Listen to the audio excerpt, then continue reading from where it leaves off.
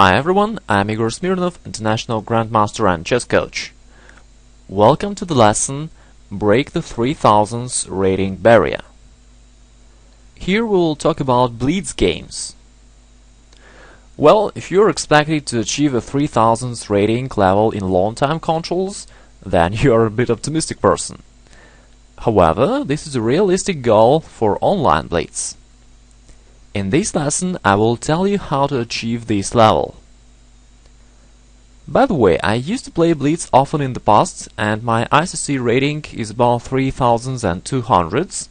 Thus, I will only share practical recommendations with you, and you can be sure that they will work. Okay, the last note. The recommendations we will discuss is applicable for online and over-the-board Blitz games as well. Modern chess has a growing tendency for shorter time controls. Strong Blitz tournaments grow and they have big prizes. Moreover, Blitz games are used in tie breaks in most official tournaments. Even the World Champion's title can be decided in a Blitz game. So it doesn't matter whether you like or dislike Blitz, you have to play it well. Now we're coming to the most intriguing question. How to win Blitz games? Here is the first drill. Blitz is tactics. In a Blitz game, you don't have time to compose a plan, to find deep positional maneuvers, or to calculate variations properly. In most cases, a tactical shot decides the game. What should you do about it? First, solve 10-15 simple tactical puzzles before playing Blitz games. It's a good warm-up for your tactical vision. Please pay attention to the word simple. 10-move combinations never happen in Blitz games. You don't have enough time for such long calculation. Simple tactics is the most valuable thing in Blitz. That's why it's exactly what you should prepare for. Here is the second recommendation. Attack. An attacking side usually has much more tactical possibilities. Even an incorrect attack can often bring you good results, because it increases an opponent's chance for making a blunder. Also, it's simpler to find attacking moves than defensive ones. An attacker's side moves his pieces forward and attacks something, while a defender has to solve difficult problems. Therefore, an attacker forces his opponent to spend more time.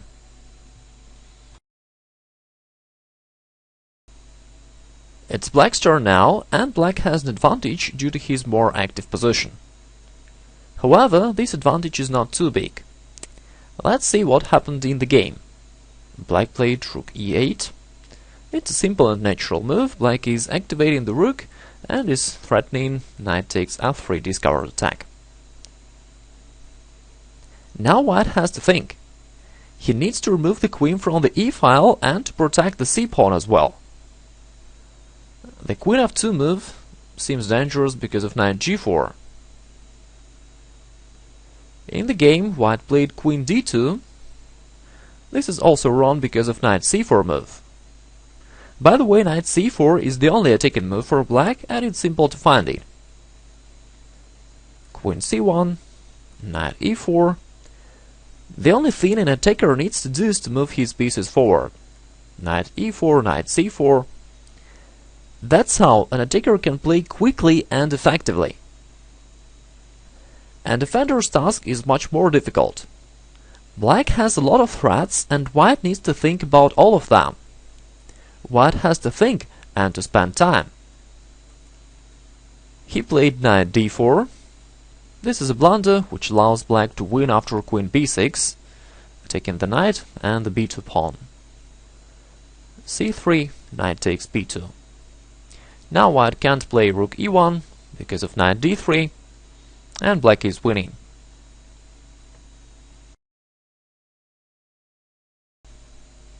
It's very common that the defensive side makes the blunder. An attacker usually has a lot of tactical possibilities, while a defender has none.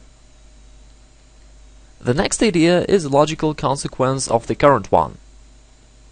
all sacrifices are correct in Blitz.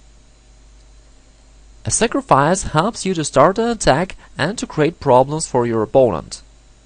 Therefore, this rule is closely connected with the previous one. When you make a sacrifice in a Blitz game, then there are two possible scenarios. First, your opponent may decide to refute your idea. In this case, he will need to think for some time and to make some calculations. Even if he does find a refutation, he will appear in a time trouble. Therefore, he will make mistakes afterwards or will run out of time. Alternatively, an opponent may continue playing normally as if nothing had happened. Certainly he will not refute your sacrifice in this case. Thus it allows you to start an attack from scratch.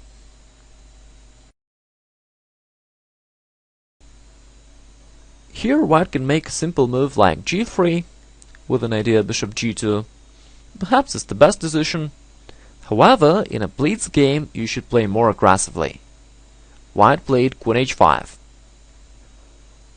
e5, bishop d3. White keeps on attacking and making provocative moves. Bishop d3 is actually not the best move. It allows black to win material after e4 and then e3. Though white can take the e3 pawn, it will give the initiative to black. We would rather prefer to attack. So white played casting. He takes f2, king h1. All the sacrifices for an attack are correct in Blitz. That's why white should not worry too much about this pawn sacrifice. Knight c6, rook d3. Once again we can see a situation where an attacker's task is much simpler than a defender's one.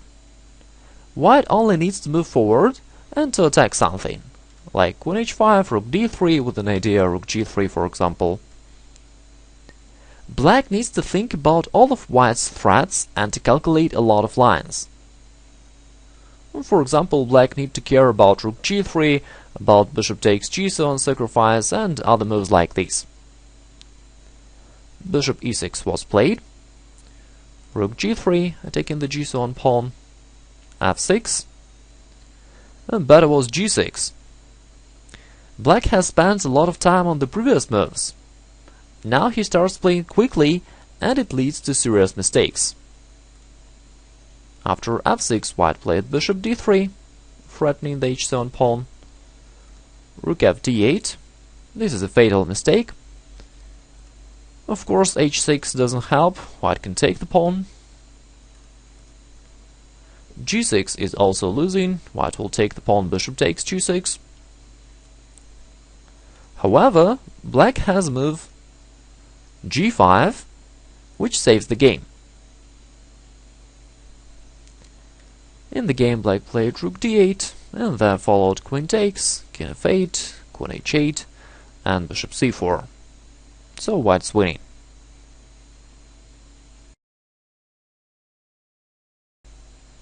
The bottom line is always the same. You should create problems for your opponents. I've been talking a lot about it in the course How to Beat Title Players, so I will not repeat it again. So far we have discussed how you should exploit tactics. Certainly it's also important not to make blunders yourself. It's a problematic aspect for most players. In a Blitz game you have to make moves quickly and you can easily overlook something. What is the solution? Yes, you have no time to think thoroughly about a move. You choose a move rather intuitively. However, there is only one thing which you need to check always. You need to check attacking responses of your opponent. Let's analyze it using a concrete example.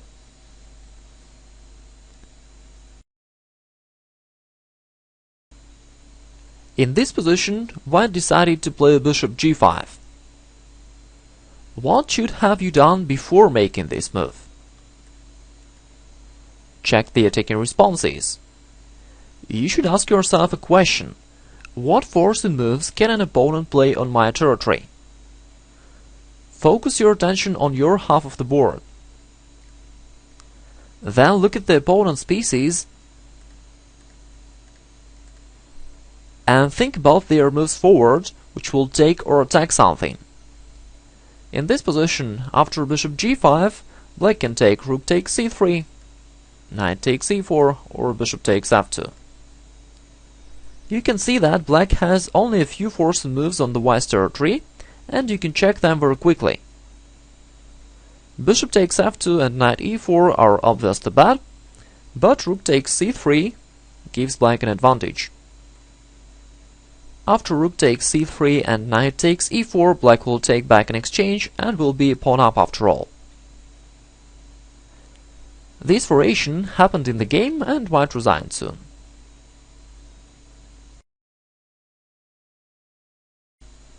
If you follow my advice and check an opponent's attacking responses, you will never make blunders.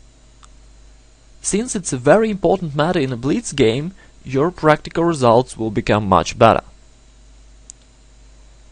As you can see, Blitz has some special properties. It differs from a long game. That's why your opening repertoire for Blitz games should be different too.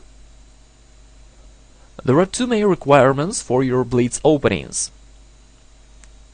First, it should be aggressive. Choose attacking gambit lines. This will allow you to play in the right style from the beginning. Secondly, it should not be well known. Opening knowledge is a very important factor in Blitz. If you know an opening line while your opponent doesn't, it gives you a great advantage. In this case, you will make the first 10-20 moves quickly and will get a significant advantage in time. That's why you should not just play your usual openings in Blitz. Everyone knows them. Prepare something special, something not so common.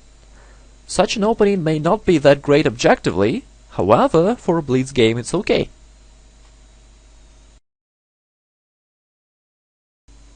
For example, I play b3 pretty often. Of course, it's not the best move, but it's not bad also. The main thing is that it's unknown, and that's why it brings me good results. There are a lot of uncommon openings. You can try to play b6 when you're playing black. If you're white, you may use King's Gambit after e5, and you can play f4 or Santa game with the move d4. There are a lot of similar openings, and I'm sure you will find something for you.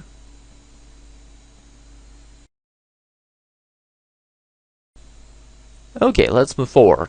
Here is the next recommendation. You should plan your time spending before the game. I've talked about this in the free lesson Finding the Best Moves Quickly. You can find this lesson easily, it's on the homepage of my website. Briefly, if you have 5 minutes per game, then you have about 6 seconds per move, assuming that you will need to make about 50 moves. Thus you can calculate how much time you should spend on every move, and of course you should follow this estimate during a game. Okay, in the end I'd like to give you some last important advice. In Blitz games, your reaction, intuition and an ability to think quickly are very important. That's why you should be in a good physical condition. In a long game, you can compensate your bad physical condition by more careful consideration. In a Blitz game, it's impossible. There is a great chance that you will make blunders if you are not in your peak form. You need to rest and sleep well today in order to be full of pep tomorrow. You need to leave your other problems aside. Only then you will be able to have good concentration and to crush down your Blitz opponents.